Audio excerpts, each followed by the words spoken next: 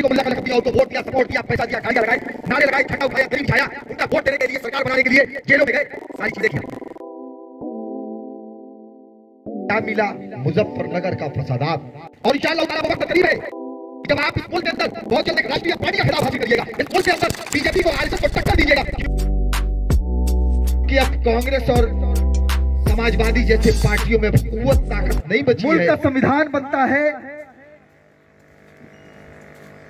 और संविधान बनते ही बाबा साहब अंबेडकर ने इस मुल्क में धारा 341 के तहत मुस्लिम पासमानदा तबकात के लिए रिजर्वेशन का प्रावधान दिया था।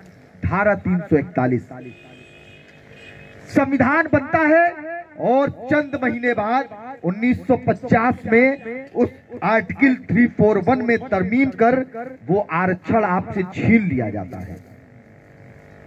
उस आरक्षण के नुकसान इतने हुए, अब आप तसव्वुर करिए कि अगर वो आरक्षण अगर आपको आज मिलता होता तो मछली शहर सुरक्षित सीट से आपका सांसद एक मुसलमान होता, जो लोकसभा की सीट है वो मुसलमान होता। 133 सीटें इस मुल्क के अंदर हैं जो उसकी सुरक्षित हैं। उन 133 सीटों में आपकी भी नुमाइंदगी होती वहां पर। मगर वो कौन सी पार्टी थी? वो आजाद हिंदुस्तान के सबसे पहले वजीर आजम जवाहरलाल नेहरू जी की सरकार ने उस आरक्षण को खत्म किया। यही नहीं खत्म किया, धारा 341 में 1951 में एक और अमेंडमेंट किया गया कि अगर मुसलमान हिंदू मजहब अख्तियार करता है तो उसे इस आरक्षण का फायदा मिलेगा।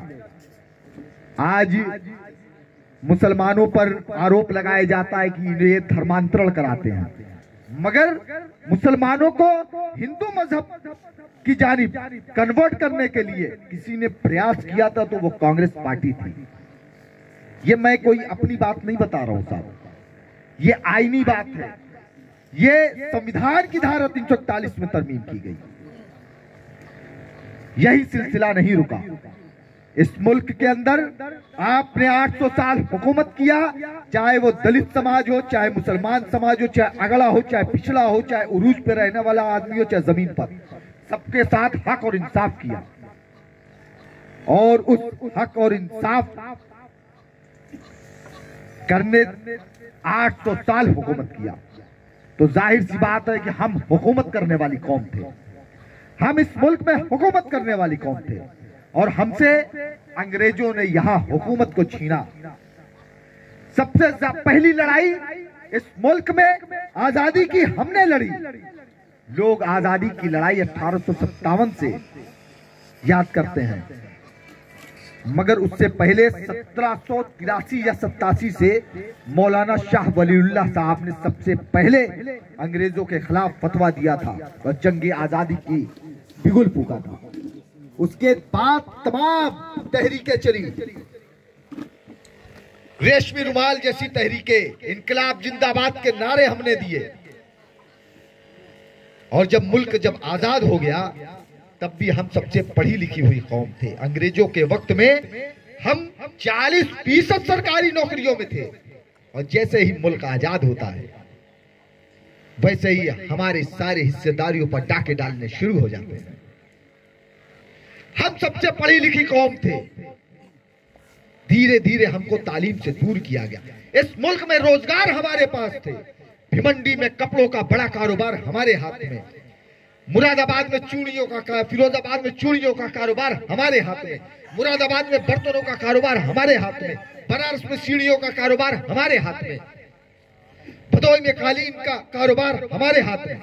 इन तमाम जगहों को अगर आप तजवीजिएगा तो इन सारी जगहों पर कांग्रेस पार्टी के दौरे इख्तिदार में फसादात हुए और आपके रोजगार को आपसे छीन लिया गया। उसके बाद मुसलमानों के साथ जुल्म ज्यादती का सिलसिला लगातार चलता रहा। बाबरी मस्जिद के ताले खोले गए, मूर्तियां रखवाई गई, शहीद करा दिया गया। उस वक्त हमने कांग्रेस पार्टी से नाराजगी जाहिर की और हमने अपना रहबर मुलायम सिंह यादव जी को समझा, उनको मुल्ला का लक़ब दिया।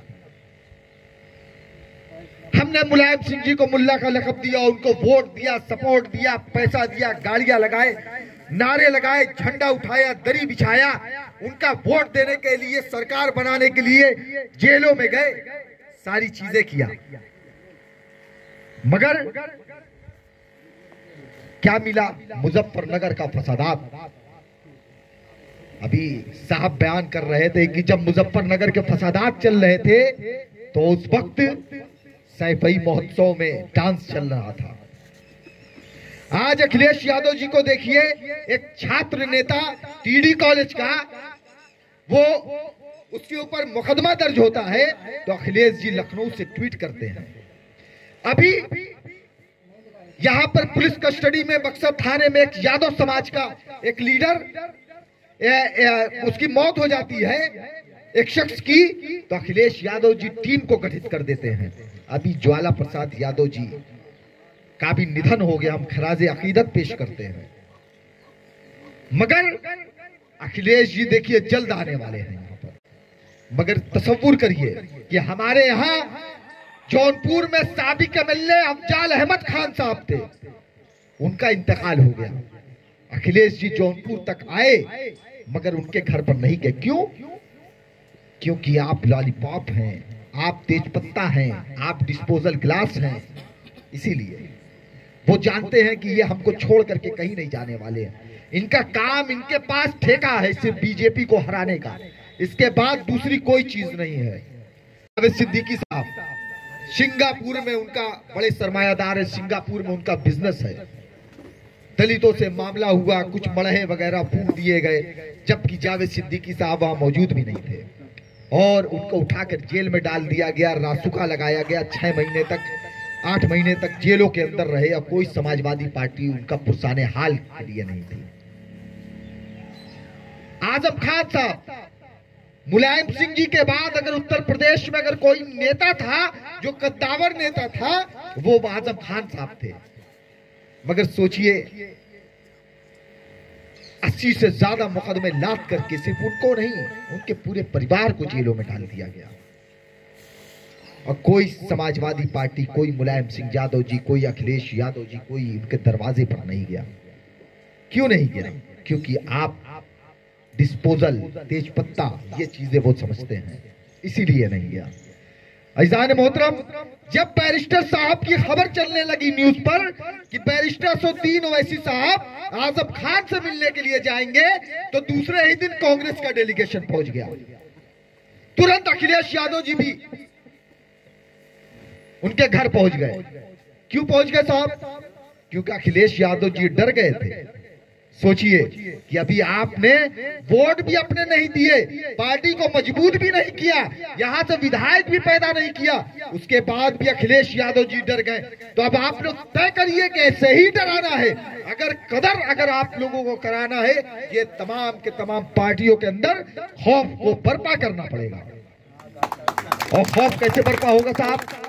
अभी तो ये असदुद्दीन ओवैसी साहब के नाम का एक इनकलाब चल रहा है।